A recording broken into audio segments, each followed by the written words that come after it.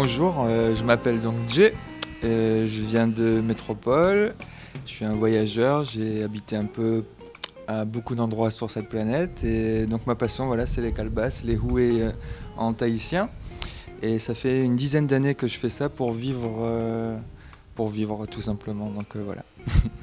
Donc la calebasse en fait c'est un fruit qu'il y a dans tous les endroits tropicaux et en fait on l'utilise plus, on l'utilisait avant en guise de plat pour se restaurer, de récipients, voilà. Et puis maintenant, tous les gens, partout où je vais, ils coupent ces arbres-là pour mettre des manguiers, des trucs à manger. Et c'est malheureux. Et dans toutes les traditions, la calebasse, elle est présente, que ce soit en Afrique, en Asie, en Polynésie.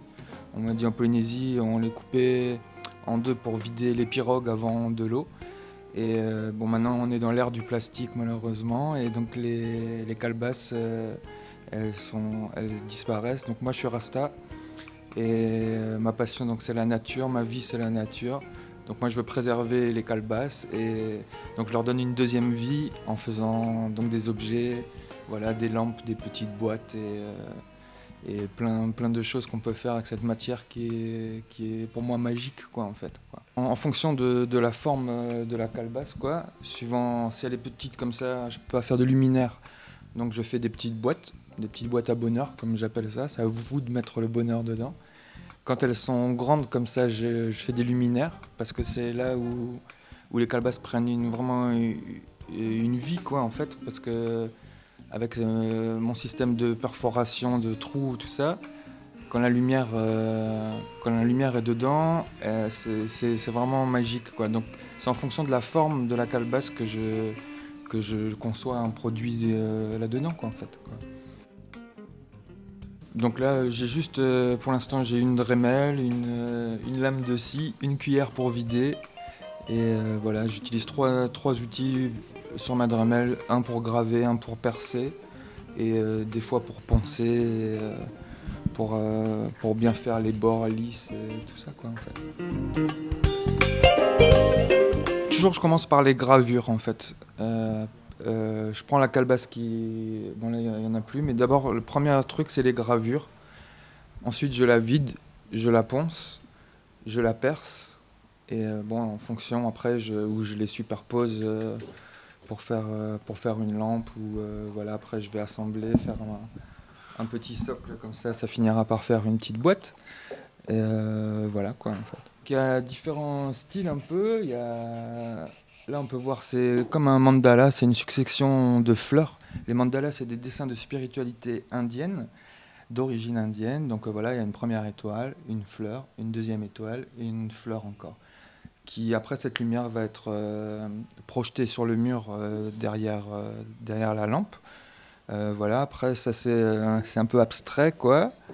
Voilà, et sinon, là, les petites... ou comme ici, ça c'est de style marquisien, mais je suis au tout début de mon arrivée en Polynésie, ça fait que 3 mois que je suis là. Donc voilà, ça c'est des motifs marquisiens. J'ai un bouquin et je regarde des sculptures marquisiennes, donc j'essaye de m'inspirer de la culture locale pour m'adapter. Et voilà, donc c'est une de mes premières calebasses. Bon, c'est pas marquisien, c'est ma création, mais d'inspiration marquisienne, on va dire.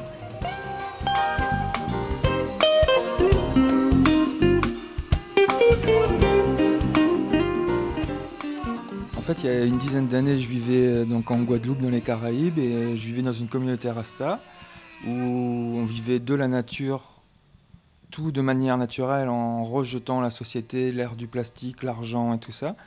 Et notre moyen de vivre, c'était l'artisanat.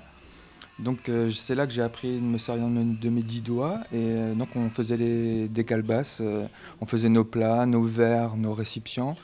On vendait un peu d'artisanat pour subvenir à nos besoins. Et en quittant cette communauté, j'ai continué ce choix de vie, quoi, en fait, en me promenant sur la planète et en faisant mon artisanat tout seul, quoi, voilà.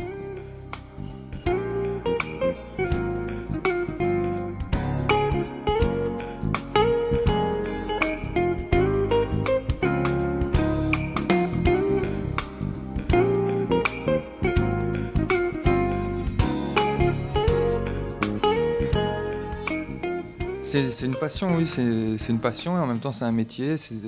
Pour moi c'est de l'artisanat d'art, quoi. Donc je suis artiste, mais en même temps c'est de l'artisanat. Et voilà, bon, il y a une dizaine d'heures pour faire une lampe comme ça. Et donc il faut de la patience. Et bien sûr c'est une passion parce que sinon je ne passerais pas 10 heures sur une calebasse et je l'aurais déjà cassé par terre, quoi. Et voilà, quoi. Bon, ma matière principale que je préfère, donc c'est la calebasse. En plus, ici en Polynésie, on travaille pas trop la calebasse, à part quelques boîtes gravées. Donc, c'est vraiment ma spécialité, c'est la calebasse. Ça fait plus de 10 ans donc maintenant que je travaille la calebasse. Mais bon, je travaille le bambou, je travaille la coco, je fabrique des instruments de musique, donc je travaille le bois. Mais bon, ma spécialité, vraiment, là où je m'exprime le mieux, c'est vraiment avec la calebasse, le houet ici, quoi. Et voilà, c'est pour ça que je supplie les gens de ne pas couper les arbres à calebasse. Il faut préserver ça, hein. C'est dans la culture polynésienne. Et donc il ne faut pas couper tous ces arbres. Il y a pas mal de manguiers, il faut garder quelques pieds de houet, quoi.